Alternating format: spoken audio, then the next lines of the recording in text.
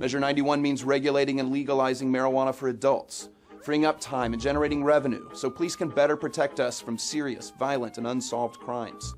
The system needs changing. Yes, on 91, it's about time. You take a seed, you plant it, you grow it, you dry it, you roll it, you smoke it, and it goes down smooth. Hey! Spanning the continent to bring you the truth about cannabis and marijuana law reform. I smoke pot and I like it a lot. The Russ Belville Show, the voice of the marijuana nation. Now, here's your host, Radical Russ Belville. Good day, tokers and tokettes and non-toking lovers of liberty. It is Thursday, October 16th, 2014, and it's got to be 420 somewhere in the world. Thanks for joining us. We've got an action-packed show for today, covering the next 2 hours of marijuana news, information, interviews, culture, highlights, entertainment, and more right here on the Russ Belville Show. We are just, 19 days away, 18 days away from legalizing marijuana, something like that here in the state of Oregon and the state of Alaska, and, of course, medical marijuana in Florida. We've got major votes coming up, and we hope you join us on election night, Tuesday, November 4th, for our Marijuana Election Night 2014. We'll have reporters from every location that's got a marijuana vote happening, and you'll be the first to know when we get the results in from the polls. So check out Marijuana Election Night 2014 this November 4th. It's a Tuesday. You get done voting, check out 420radio.org for all the results live from the polls. On today's show, it is Cops Say Legalize Drugs Day. So we've got Patrick Heintz. He's a retired corrections officer / drug counselor from Law Enforcement Against Prohibition, who will tell us why prohibition doesn't work and what we need to do to improve the situation. Also on today's show, time for a radical rant, because I've been getting some posts from people here in Oregon. And it's not as bad as it was in Washington or California, but there are still some people here in Oregon who don't think Measure 91 is something we ought to pass. Now, I'm not talking about cops. I'm not talking about church people or any conservatives or retirees or anything. I'm talking about our people, marijuana smokers in the state of Oregon, who think we ought to just wait till 2016. Measure 91's just not good enough for them. Well, I'm going to take some time to debunk that in the Radical Rant today, so stick around for the end of the show. We're going to get right into that. And then in hour 2, Toker Talk Radio, I have got my appearance. Now, I played you my recording from my appearance with Jefferson Smith on X-Ray FM last night, or yesterday, I should say. But now we've got the full show. And in hour 2, we'll play the full show for you. You'll get to hear Josh Marquis before me and Kevin Sabet after me. And I haven't even heard the Kevin Sabet part, so I am looking forward to that. Stay tuned for that in Toker Talk Radio at the top of the next hour. Also on today's show, in drug war data mining, the state of medical marijuana states. That's it. In drug war data mining, we're going to take a look at the difference between medical marijuana states and prohibition states as far as how many kids use marijuana. I think the data won't shock you, but it would definitely shock some of the prohibitionists out there. Also on the show, for Behind the Headlines, we're going to take a look at the annual scare of Halloween medibles, that for some reason we would want to put medicated edible candy into some kid's trick-or-treat bag. We'll debunk that in Behind the Headlines, which comes up right after the 420 radio news. And that's next, right after this first break. And in the news today, we've got a new appointee or nominee for the Justice Department's Civil Rights Division that looks very promising for marijuana reform. We've got the new sales figures from Washington State that have just been posted online with some surprising data about Vancouver, Washington, just north of me. A federal judge says that Lake County, California, gosh, they have to get a warrant if they want to search pot growers' homes. Who knew? In Colorado, a dispensary is going to be part of a true TV reality series. We've got an update on the case of Jacob Lavarro, the Texas teen who was busted for selling pot brownies and faced a life sentence.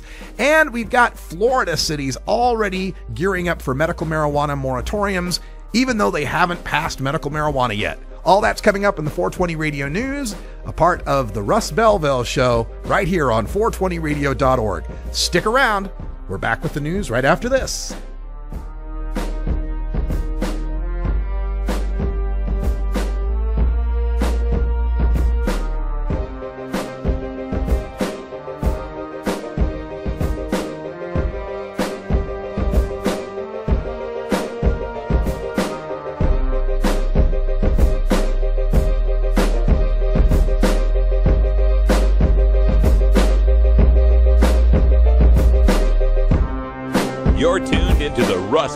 Show, the voice of the marijuana nation. You can get 420 Radio on the go with the Ustream video app for Android and iPhone. Go to rad-r.us/420Ustream or just click the Ustream app icon for Android or iPhone below the live radio feed at 420. In all my years on the streets, it's hard to recall a single time where marijuana use itself was the cause of a violent incident. As a police officer, I do believe that passing ballot measure 2 will allow law enforcement to focus on serious issues in Alaska. To me, the regulation of marijuana means safer communities. I'm voting yes on 2. This communication was paid for by the Campaign to Regulate Marijuana Like Alcohol. Top contributors are Marijuana Policy Project, Drug Policy Alliance, and Thomas. Stony Sundays with Coral Reefer from San Francisco, California. Replaying Mondays at 1 Pacific on 420. Voting yes on 2 will allow doctors to recommend the medicine they feel will ease the pain and suffering of thousands of sick Floridians. Yes on 2 allows medical marijuana use under the strict supervision of a doctor, only for debilitating conditions and diseases such as cancer and MS. 23 states now keep government and politicians out of the doctor-patient relationship, and it's worked. Vote yes on 2 and trust our doctors to do what's best.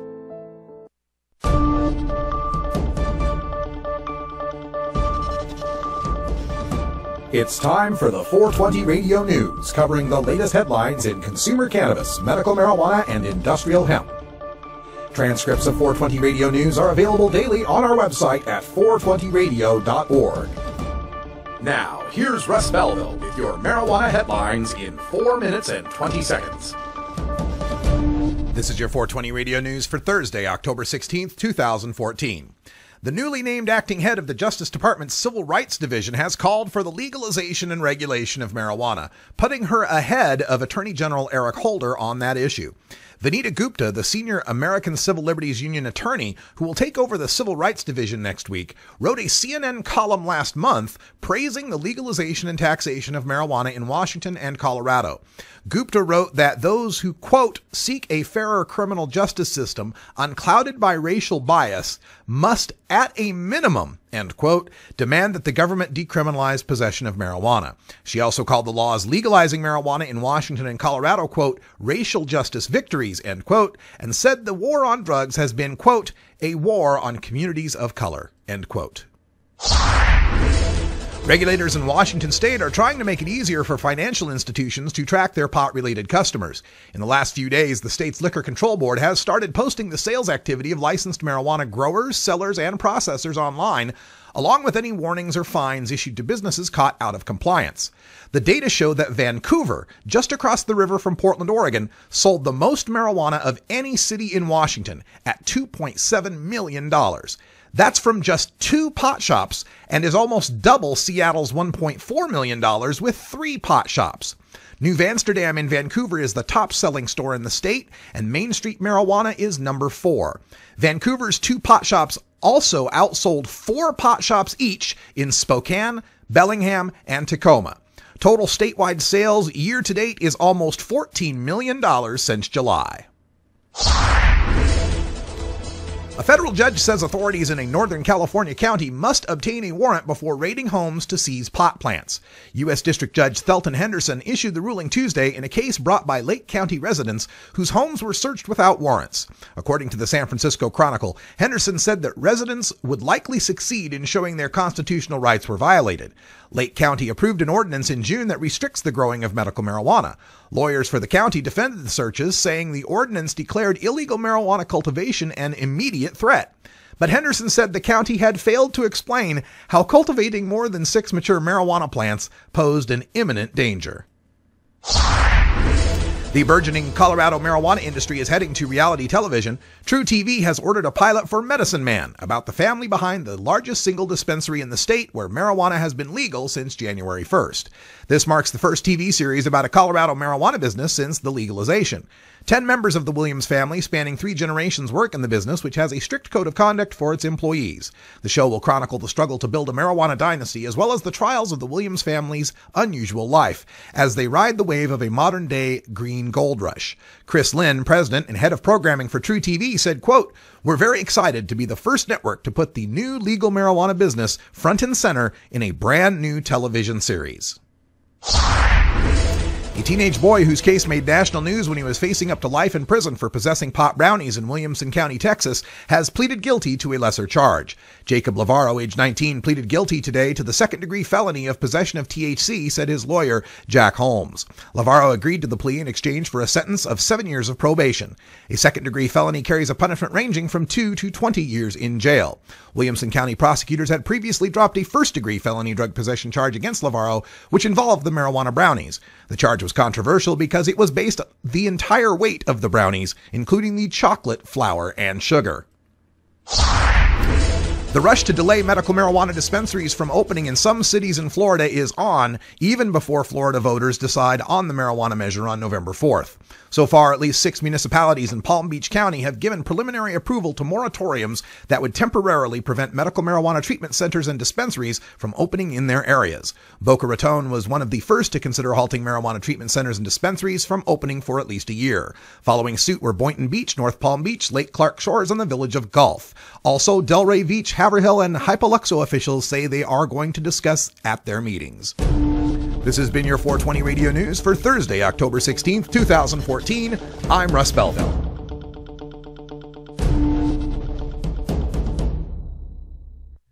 .420 Radio is 24-hour marijuana.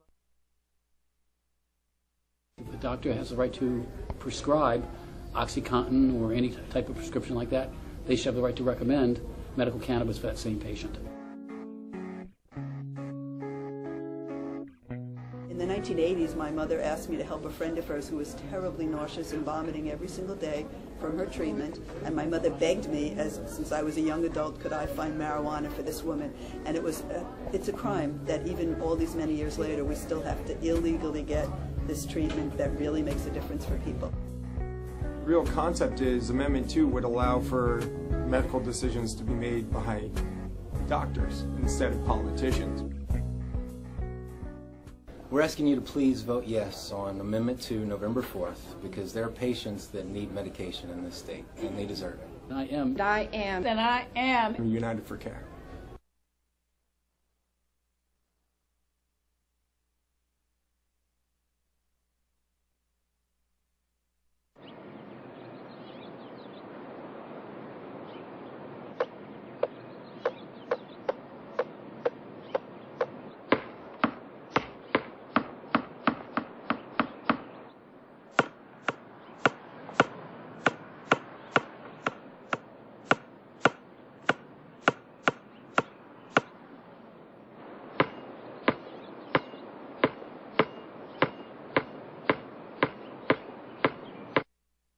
I'm Pete Tupmark.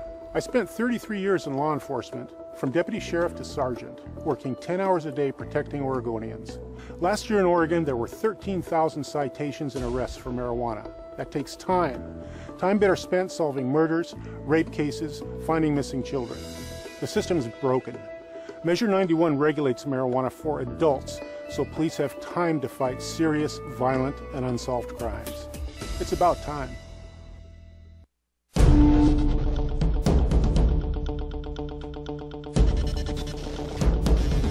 Welcome back, everybody. 14 after the hour, and time for us to go behind the headlines. And you may have seen numerous headlines across many media outlets lately concerning Halloween. The trick-or-treat season is upon us. And I know when I was a kid, the big scare about Halloween was don't let your kid get a hold of any treats that have razor blades or pins in them. That was always the scare, that somebody would be hiding razor blades or pins in the chocolate bars or the candy somehow. And I never actually saw a news story ever in my life where this was true. The Snopes website debunks it. You know, it's been known as an urban legend for generations now. But now there's a new urban legend that's trying to take its place, and it's the menace of marijuana-infused Halloween candy. And hat tip to our friend Jacob Sullum out at Forbes magazine and Reason.com for pointing this out, because this is now just become an annual rite. The most recent one is the Denver Police Department, and this has gotten play on ABC News and other outlets, warning parents that there could be recreational marijuana treats hidden in your kid's Halloween candy. Make sure that you don't let your kid eat any unwrapped treats. You know, that's good advice anytime, isn't it? That you shouldn't let your kid eat an unwrapped candy that he got from a stranger. But of course, because marijuana has become legalized and it generates, between marijuana and frightening parents about their kids, you can't get much better ratings grabbers at the local news station. That's what's going on here. They're trying to scare the hell out of people about something for which there is no evidence it has ever happened. This is something we've been hearing in the marijuana movement since 1996, when California first legalized medical marijuana. But you get CNN with headlines like, Colorado parents have a new fear to factor in this Halloween. A very adult treat ending up in their kids' candy bags. So, there's a story from 2007 where the DEA is claiming kids and parents need to be careful in case kids get a hold of this candy. Halloween is coming up. What do we got? Here's one from 2010. Los Angeles County Sheriff's Department.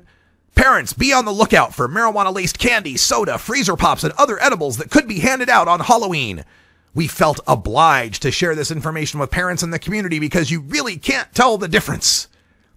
In 2008, it even went beyond marijuana. The Florida Attorney General Bill McCollum warned people, quote, federal and state law enforcement agencies have reported that flavored drugs, particularly methamphetamines, heroin, and marijuana, are circulating through the United States and could be ingested by unsuspecting children, end quote.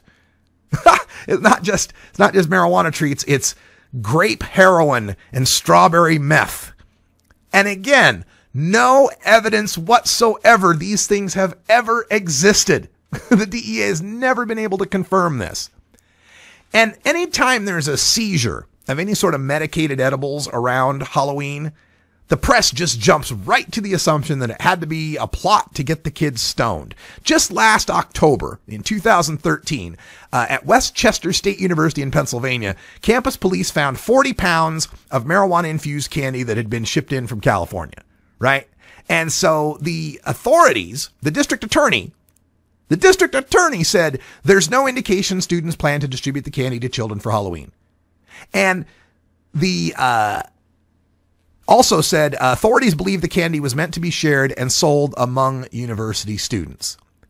But the Associated Press, and then they just can't help themselves, the district attorney jumps on to say, the last thing we want to see is drug-laced candy hitting the streets. Folks, this just does not happen. 2 years ago, in 2012, Buffalo, New York, there was a college party and they found 640 pot lollipops that had been shipped in from California. The Associated Press begins their story, just in time for Halloween. Again, just trying to scare the hell out of people. In 2013, KYTV, the Springfield, Missouri, police intercepted a package of cannabis candy from Colorado to Joplin, Missouri. The sheriff says, quote, Halloween is just around the corner, and we want everyone to know that candy like these lemon drops are being circulated throughout the area, a safety concern for the kids. I hope it was never intended to give to kids or to harm children, but it is scary, especially with Halloween coming up, that they might be in contact with something like that, so it's frightening. Folks, there is a very, very simple debunk to anyone who thinks that this is possible, and it's the same debunk that goes for when they talk about PCP-laced joints. Or cocaine-laced joints. And that is a very simple factor. Edibles cost a shit ton of money. You want to get yourself a Chiba Chew, it might cost $15-20. You want to get a kid a Tootsie Roll, you can get a bag of 100 of them for like, $5, $4 at the Walmart or whatever. You can sell 4 cents for a Tootsie Roll, or $15 for the Chiba Chew. What am I going to put in the kids' Halloween candy? It's just absurd. Nobody who is a marijuana consumer has any desire to play some sort of stupid Halloween prank to get kids high. It's just ridiculous scaremongering, and it needs to stop. Don't let your kids have unwrapped candy, period, But don't try to blame that on us. Oh, I could have smoked that pot. Well, be careful, Homer. It might be laced with PCP. God. Marijuana has a unique power to addle the brains of those who do not use it. Gotta take a break. It's 4:20 in Denver. We'll be back right after this with some drug war data mining.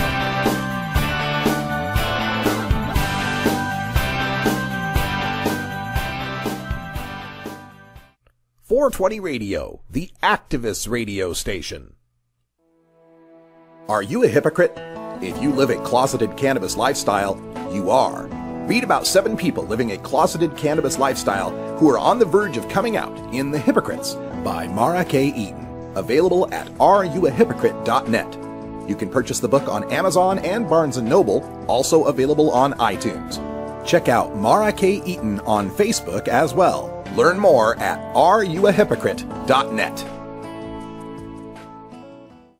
You can find information for all our 420radio.org shows by visiting the control panel at the top of 420radio.org. Click Schedule to find out the latest times for your shows in your time zone.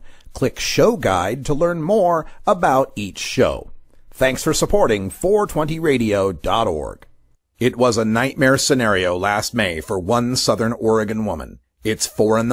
and someone's trying to break in. 911 emergency. My ex-boyfriend is trying to break into my house. He put me in the hospital a few weeks ago, and I've been trying to keep him away. But because of budget cuts, the sheriff's office is only open during weekday business hours. I don't have anybody to send out there. So if he comes inside the residence and assaults you, can you ask him to go away? Or he did break into the home, and he did rape and choke this woman. Meanwhile, it was announced that the Oregon Sheriff's Association made a $100,000 donation to the campaign against Measure 91, the initiative to legalize marijuana.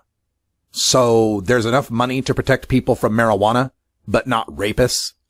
Measure 91 devotes 35% of tax revenues from marijuana sales to state and local police. Vote yes on Measure 91. A message from the Russ Belville Show, not endorsed or sponsored by the Measure 91 campaign. Arguing for the end of adult marijuana prohibition is easy because we have facts, science, reason, compassion, evidence, truth, and logic on our side. It is even easier when researchers catalog it all for us. Learn how to gather the facts on marijuana use, arrests, seizures, rehabs, drug tests, and more in this edition of Drug War Data Mining. All right, welcome back, everyone. 23 after the hour, and today I have learned some very, very interesting data about marijuana and medical marijuana in this country, and we're going to go back to the Substance Abuse Mental Health Services Data Archive, and this is the 2-year RDAS of the National Survey on Drug Use and Health. In previous videos, I've shown you how to get to here. I will throw the link into the chat room if anyone wants to follow along. Or you can always email me, russ@radicalruss.com, and I can send you the links if that would help. But again, the 2-year RDAS gives us a breakdown of the last 10 years worth of data broken down into 2-year chunks. And the reason the RDAS is useful is because it's the one that gives us information on the states. The regular National Survey on Drug Use and Health is just for the nation as a whole. RDAS breaks it down into states, which can make things very, very useful for us.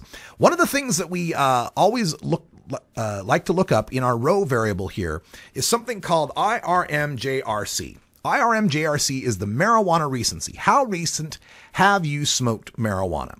When you run that table, it's very quick to find.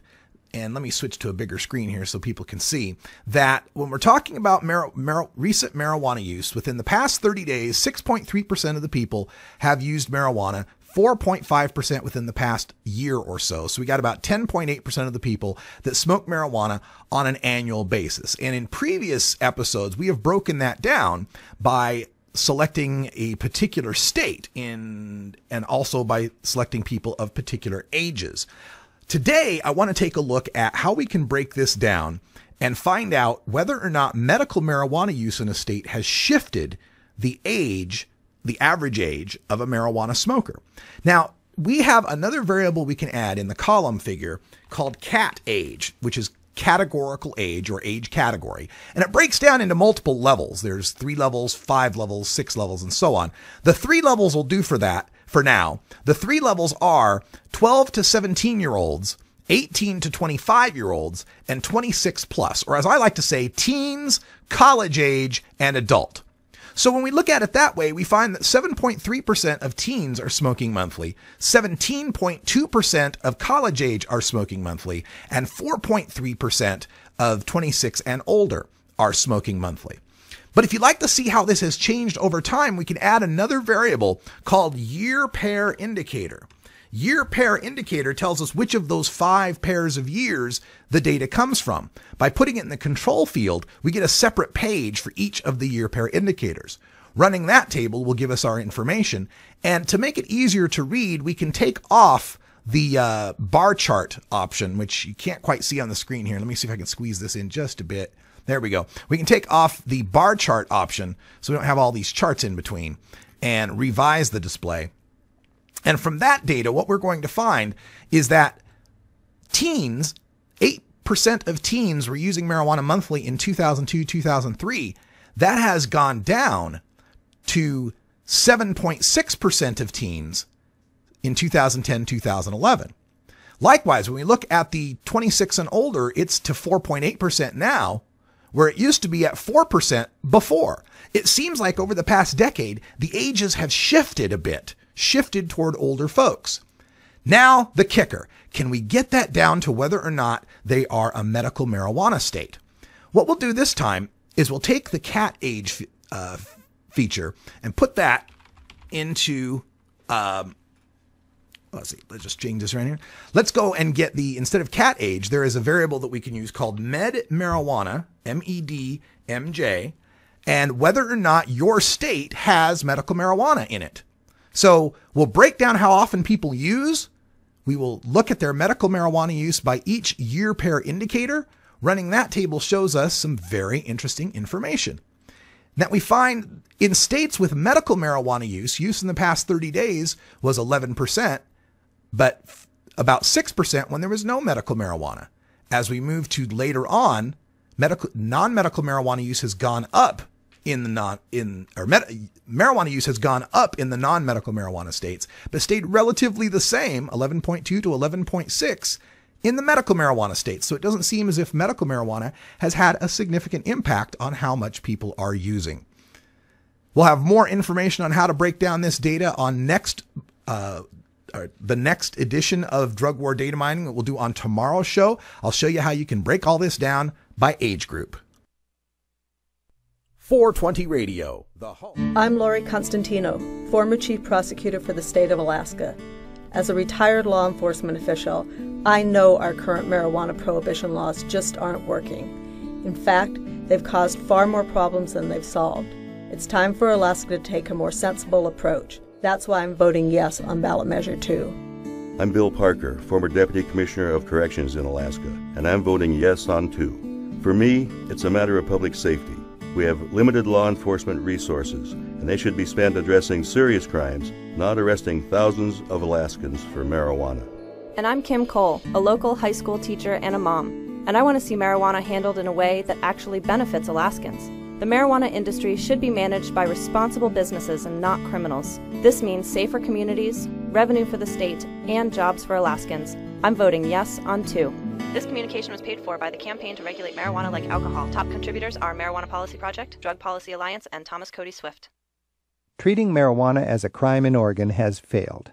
Police are spending way too much time working on simple marijuana possession cases. Too many people are being busted. Oregon wastes millions of taxpayer dollars, while illegal drug dealers are making a huge, untaxed profit. But after Measure 91 passes, we'll have a better approach, a smarter approach, like what's happening in Washington, where marijuana-related arrests have plummeted. Oregon police will be able to refocus their precious and limited resources on serious crime, and Oregon's Measure 91 can save and generate millions of dollars. Oregon needs a better approach to marijuana. Vote yes on Measure 91, paid for by Yes on 91. One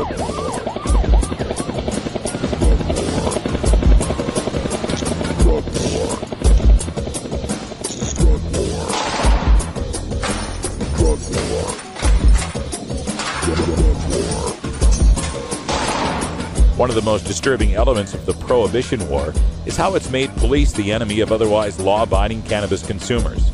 Fortunately, one group of police officers knows the futility of prohibition and reaches out to educate the community and current law enforcement. Today, the Russ Belville Show visits with another speaker from Law Enforcement Against Prohibition with one clear message: cops say legalize drugs. Welcome back, everyone. Half past, and time for us to talk to another great speaker from Law Enforcement Against Prohibition. We got Patrick Heintz on the line. He's a former corrections officer and drug counselor out of Massachusetts. How you doing, Patrick? Pretty well. All right, welcome back to the show. And of course, the topic coming up, we're just less than 3 weeks away from marijuana election night 2014. We've got Oregon, we've got Alaska, we got Florida voting on both legalization and medical marijuana. And give us your perspective on this from out there on the East Coast, as how, New York and Boston, and how are these states up there looking toward our elections and how that might affect you guys in 2016? Well, of course, everybody is aware that the attitudes on prohibition are changing, and not too soon, I suppose, after 40 years of failed policy and $1 trillion and, millions and millions of arrests and so forth.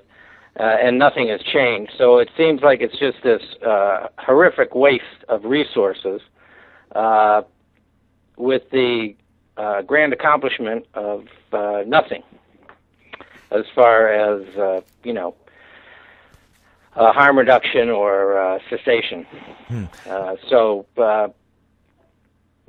think people are just all around the country, especially the electorate, are, in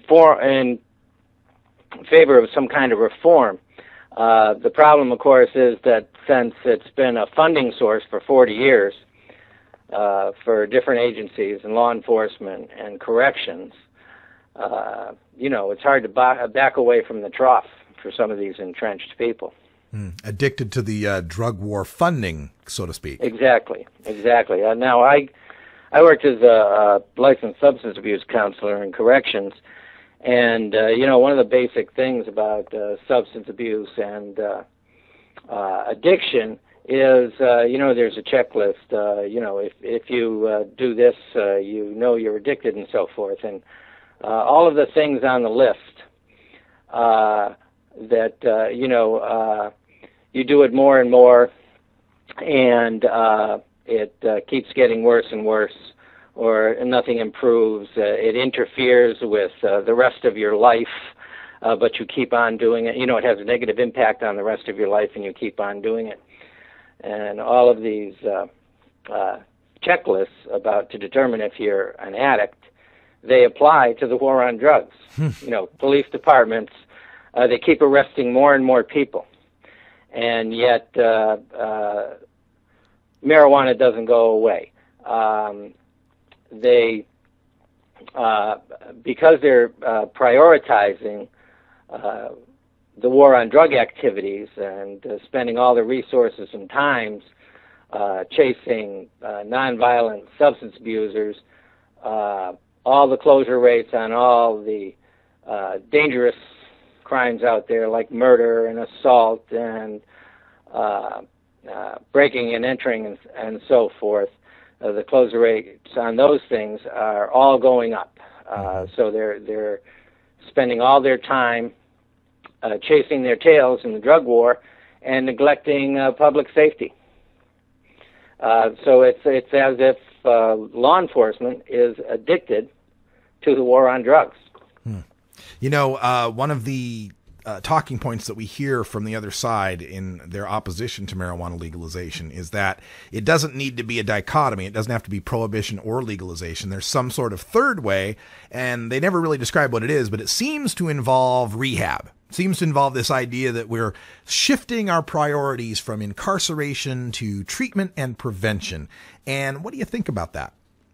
Well, I think that is exactly the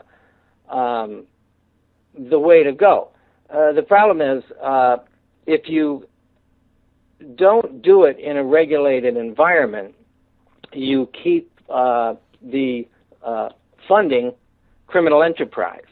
So we've been trying to treat a mental health issue, substance abusing, which is self-destructive behavior, and everybody agrees that it's personality adjustment disorder, a mental health issue, and so forth.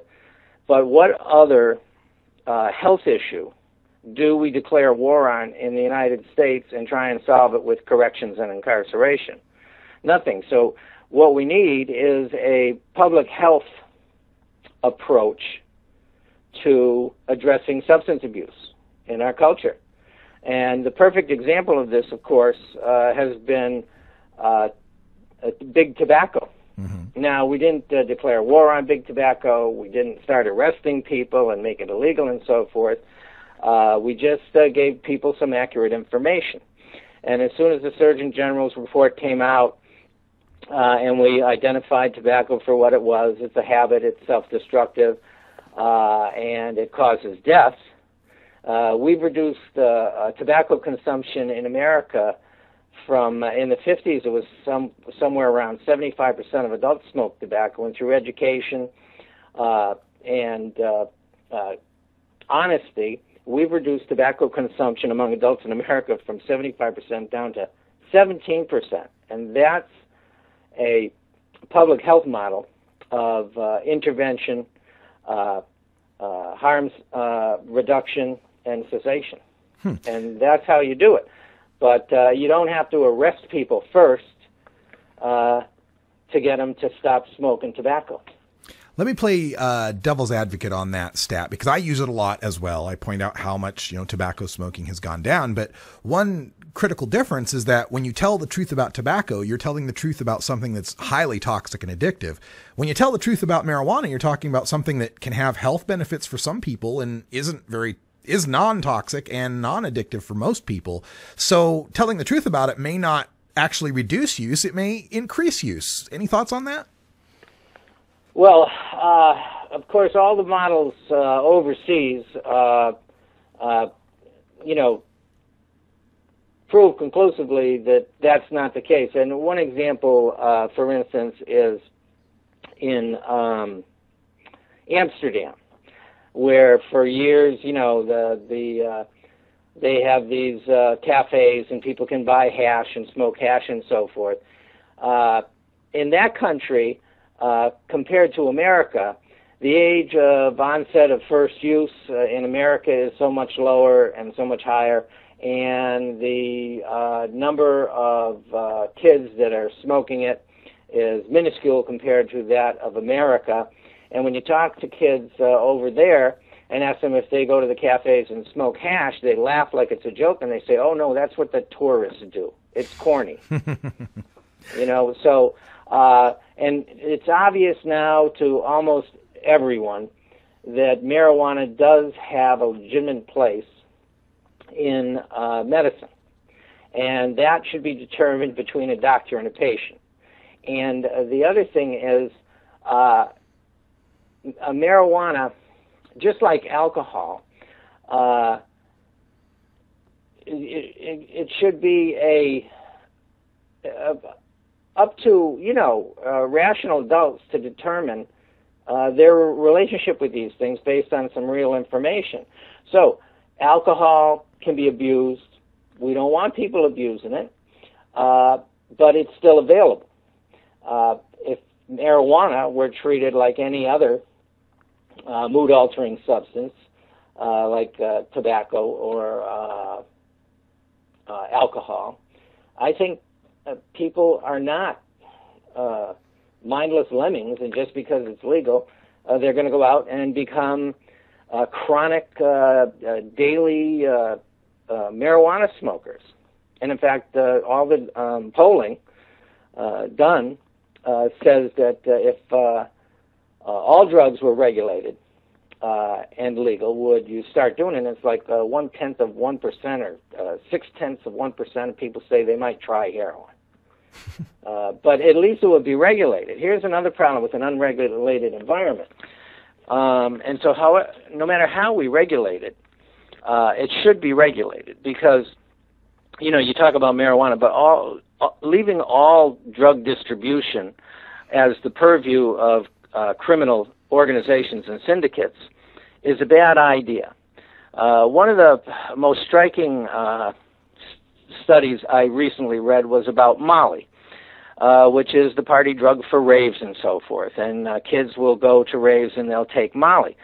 The problem with that is because it's an unregulated environment, they went to all these raves, collected Molly, bought it, and then tested it. And it was like 85% of it was actually bath salts and methamphetamine with a little bit of heroin in it. Mm. And so because we refuse to take responsibility to regulate this market, and we leave that up to criminal organizations, sociopaths, we're putting our children's health in the hands of sociopaths because kids go to college and a significant percentage of them are going to do high-risk behaviors. So at least if it's a regulated, if they're going to use alcohol, they're going to get alcohol that we know what the alcohol content is, and it won't be grain alcohol, and they won't go blind for making a bad decision. We're speaking with Patrick Heintz from Law Enforcement Against Prohibition. We've got about a minute left. Patrick, any other thoughts you'd like to leave our audience with? Well, when I was counseling substance abusers, I said, well, listen, you've been following your plan for a long time, and it really hasn't worked. And, every time you get high, you don't get arrested, but every time you've been arrested, you've been high. So how about we come up with another plan, and you try following this plan for a while, and if you don't like that plan, you can always return to the disaster that has been your plan. So we've been following this disaster for 40 years. So I think we need to try something else. And if it doesn't work, we can always go back to the disaster. But funding crime, giving them billions and billions of dollars each year, seems to me to be suicidal. Yeah, like Einstein said, definition of insanity is doing the same thing over and over again and expecting different results, right? Right, and so, there's no easy solution to this, but the solution we've chosen is an unmitigated disaster. And being the country that has the highest incarceration rate on the planet, 1 out of 4 human beings on this earth that are incarcerated are in an American jail. And the fact that we have more African Americans under correction supervision today than we had slaves in 1855, in great part as a result of this war on drugs, this is a social policy disaster on par in every regard as bad as slavery was in 1855. Thank you, Patrick Heintz. Everybody check out leap.cc to get yourself a Leap speaker like Patrick, and thanks for being on the show. Okay. Keep up the good work. All right, when we come back, we'll have time for a radical rant. We're debunking the worst fears of the Stoners Against Legalization on Measure 91. Stick around.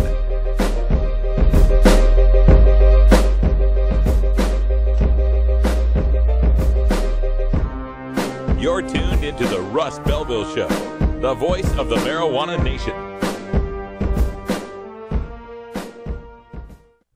420 Radio, fighting prohibition since 2012. At Royal Queen Seeds, we've got premium feminized cannabis seeds, including auto-flowering varieties for the medical cannabis user. We've got bulk shipments available and new CBD oil. Plus, we accept payment in Visa, MasterCard, and Bitcoin, as well as other methods. Check out our website at royalqueenseeds.com for more information. We are located in the Netherlands, and we have online grow experts ready to help you now at royalqueenseeds.com.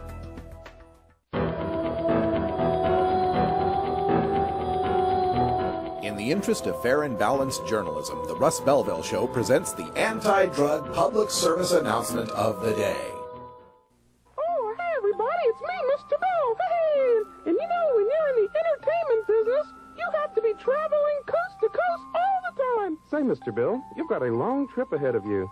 You'll need something to help keep you awake. Well, I've been really trying to cut down on my coffee lately. Then how about some drugs? Oh, no. Drugs are bad, and you kids out there should never, ever use them. Oh, come on, try some.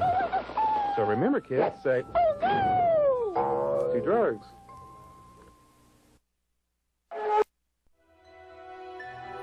This has been the anti-drug public service announcement of the day. To cure this sort of reefer madness, listen to the Russ Belville Show every weekday on 420radio.org.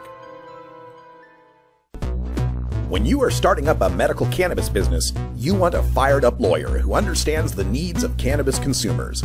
The Law Office of Lauren Vasquez is your fired-up lawyer for the cannabis industry. Visit her website, fireduplawyer.com, or call 1-855-MMJ-LAWS for more information. That's 855-665-5297 for Lauren Vasquez, your fired-up lawyer, or email fireduplawyer@gmail.com. You can't handle the truth. Entirely legitimate topic for debate. You have offended my family. Hey, this is great, man. And you have offended a Shaolin temple. One major responsibility is to encourage people to use less drugs. I know nothing.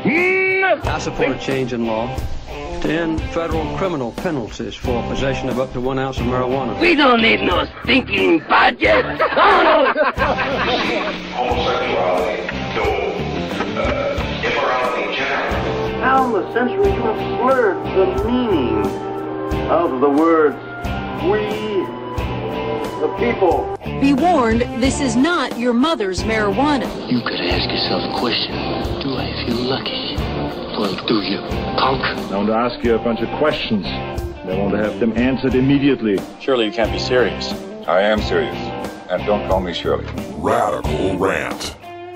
Welcome back, everyone. 47 after the hour. And you know, since 2010, something that's been bothering the hell out of me is the phenomenon of stoners against legalization. We saw this crop up in Prop 19 days in 2010 when growers, medical marijuana growers, and dispensary owners, mostly in Northern California, used their money and influence to affect other regular cannabis consumers to convince them that voting for their own criminality would be a good idea. We saw an even worse strain of stoners against legalization flare up with I-502 in 2012, when again, medical marijuana growers and dispensary owners used their positions of money and influence to try to convince everyday cannabis consumers to vote for their own criminality. Now, we haven't seen such a virulent strain of that since Washington and Colorado have passed their marijuana legalization, and all the fears of the stoners against legalization failed to come to fruition. You know, like how they'd be shooting hippie fish in a barrel outside a hempfest with the 5 nanogram DUI, and how anyone who possesses an ounce that wasn't bought in a store would be arrested. All those things turned out to be unfounded, hyperbolic scaremongering. But of course, it is a resistant strain, and it still exists in some isolated pockets here in Oregon. I'm on a list called DIP4, the Drug Policy Foundation, or Forum of Oregon, I think it's Forum of Oregon. And on that list are various people involved in the marijuana movement here, either on the business side or the activism side. And in that list, we've been having a series of discussions about Measure 91, including some people who say that it's no good. Now, to be fair, the person I'm about to quote says that Measure 91 is better than prohibition, and he will vote for it, but he's got a number of problems with it. The first problem he seems to have with it is that the Oregon Liquor Control Commission would be in charge. And the Oregon Liquor Control Commission, like a lot of liquor commissions across the country, has some allegations of corruption and malfeasance and mismanagement and so on. And so the point he's making is, well, Measure 91's no good because it didn't create a brand new bureaucracy to deal with marijuana. Now, I can understand that point, but you always have to understand when we're trying to pass ballot measures, we're not passing them for us. We've got to write something that people that don't smoke pot will vote for. And they have other concerns as other than just whether or not people go to jail for pot. That motivates my vote. Anything that keeps me out of jail for pot, I'm voting for it. But for the average person out there that doesn't smoke pot, they don't have a dog in the race, or at least they don't realize they have a dog in the race. They've got other concerns, and one of the concerns they have is the growth of government and big government and more inefficient, wasteful bureaucracies. People are buying the treat marijuana like alcohol idea, and even people that have a problem with the Oregon Liquor Control Commission trust the devil they know more than some unknown devil we would be creating out of whole cloth. Our opponents would paint that as growing the government and big bureaucracy. Another point that was made is that this ballot measure only allows 4 plants per household. This comes from an article that was written on someone's blog. They wrote a letter to the editor and pointed out that it only allows 4 plants per household, and that would be unfair to poor people who would get their houses seized if they had more than 4 plants, especially if they're in roommate situations where each roommate had more than 4 plants. And this is a huge logical flaw that all these people bring to the argument. And that is, they compare what they wish they had to what they're getting. They wish they could have unlimited cultivation. What they're getting is 4 plants. And so they're all pissed off about it. Instead of comparing what you got now versus what you're going to get under legalization. How many plants are allowed per household now? 0. If you have 1 plant in Oregon, it's a felony, worthy of 10 years in prison at a cost of over $300,000 to the taxpayers. 1 plant is a felony. And Measure 91 proposes not only to make 4 plants legal, but 5 to 7 plants would just be a ticket. 8 to 15 plants would just be a misdemeanor. You'd have to have 16 plants before it became a felony. So this idea that, 4 plants just isn't enough is ludicrous. Another point made by some of these people is it still criminalizes 18, 19, and 20-year-olds. Now, I have sympathy for that point. I believe if there's an adult age, and that adult age gives you the right to vote and the duty, if you choose to accept it, to serve your country in the military, then by God, that's enough for you to be able to smoke marijuana if you choose.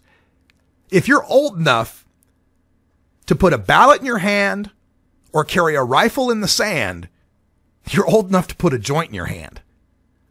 That's how I feel about the issue. Now, what's going to pass at the ballot box? You put something up that's an 18-year-old legalization and it's going to fail. And it's going to fail big because 18-year-olds are still teenagers and they're still kids that can be in high school. So no way is that going to pass anytime soon when our opponents would be able to come out and say they're legalizing marijuana for teenagers in high school. Never going to happen. Another consideration, and this comes because Measure 91 allocates 35% of its tax revenues to go to law enforcement. Now, there's so many people in our movement who have what I call the fuck the pigs attitude. Fuck those pigs. Fucking cops. Fucking hate the fucking cops. They got this attitude, right? Folks, you're misplacing your anger. Hate the game, not the playa. The game is corrupt. Marijuana prohibition is corrupt. But cops are something we want. Cops are a good thing. It's good to have an armed force accountable to the public to keep down the criminals and psychopaths and sociopaths out there that would choose to create anarchy in our society. That's a good thing to have police. The bad thing is when police have a law to enforce that oppresses us, and we're changing that law. Another, and by the way, that 35% that we're given to the cops, it's not just a free carte blanche gift to the cops. 15% of it is. 15% goes straight to the state police. No questions asked. State police, here you go, 15%. But the other 20% is divided 10% for the city cops, 10% for the county cops. But half of what they get depends on how many producer, processor, and wholesaler licenses are in the city or county. And the other half of what they get is dependent on how many retailer licenses they have in the city or county. In other words, cities and counties don't get their 10% cut if they don't allow pot shops and growers.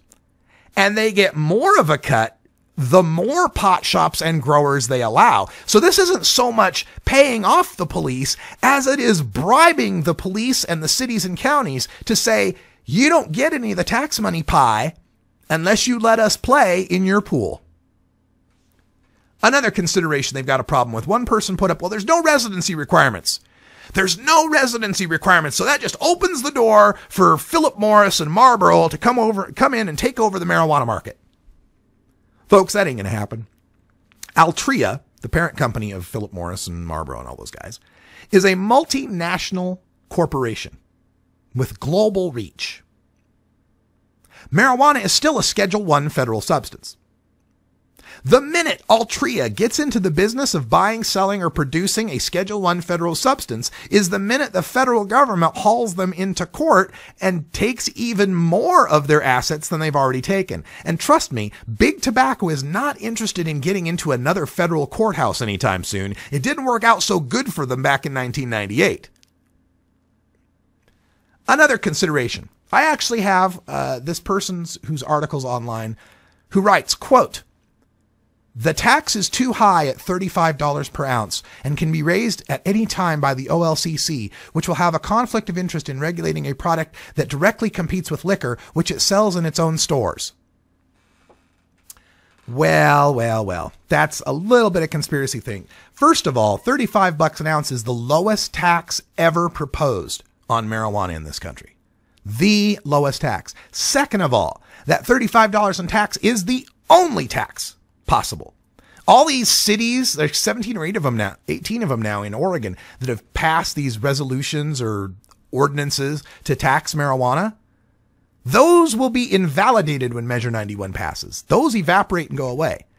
Only the state can tax marijuana, and only at $35 an ounce. Now, the OLCC can review those taxes, and they can advise whether the taxes should go up or down. But that advisement has to be in accordance with the intent of the law, which is very clear about derailing the black market. So any raise by the OLCC that would take the price of marijuana grossly over the price of the black market is not going to stand legislative scrutiny or judicial scrutiny. As far as it competing with liquor that it sells in its own stores, the state gets a cut of the taxes that comes off of this, whether they're selling liquor or they're selling marijuana. If it competes with marijuana, they're still getting some tax in. Another complaint here. Let me just get to the final complaint before I run out of time. And that is, this Measure 91's just not good enough.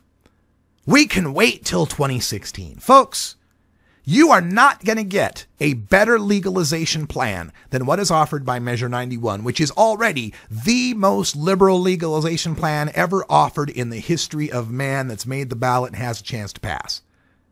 Now, 2012, you got Measure 80, unlimited production, unlimited cultivation, unlimited possession at home, right? Unlimited. How'd that do? Oh, it got 46% and lost. So what happened 2 years later? You got something more conservative that was 8 ounces and 4 plants. If that loses, do you think 2016 comes around and tries to give you more? Or does 2016 come around and say, oh yeah, well, we overreached in 2014 with 4 plants and 8 ounces. We better cut back.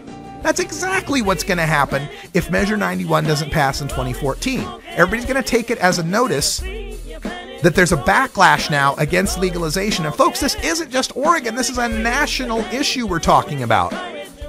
They won't stop talking about how, well, see, Oregon failed 2 years in a row. See, after Washington and Colorado passed, there's buyer's remorse. Nobody wants to legalize anymore. And that makes everyone trying to pass in 2016 have a much higher hurdle to have to clear, and they'll produce much more restrictive legalization. This is the linchpin. Oregon is it. If we pass, the future of legalization is bright and open. If we do not pass, the future of legalization is tight and restricted. Mark my words. That's all the time we got. Thanks for joining us. I'm Radical Russ. Till next time, take care of each other, tokers.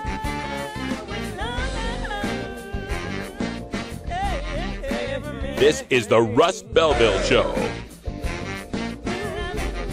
The Russ Belville Show is blogging and podcasting daily at radicalruss.com. giant, you giant, you